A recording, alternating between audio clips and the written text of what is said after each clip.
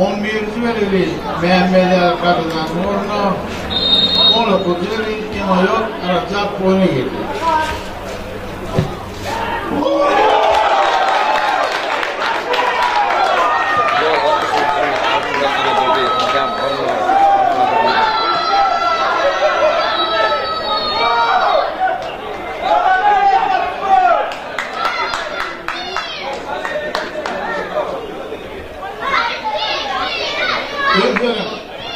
Sağladığımın teröründen doğru 7.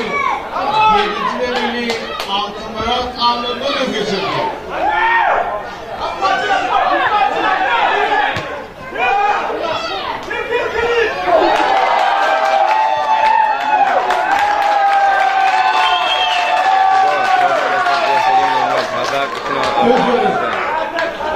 Sağladığımın teröründen doğru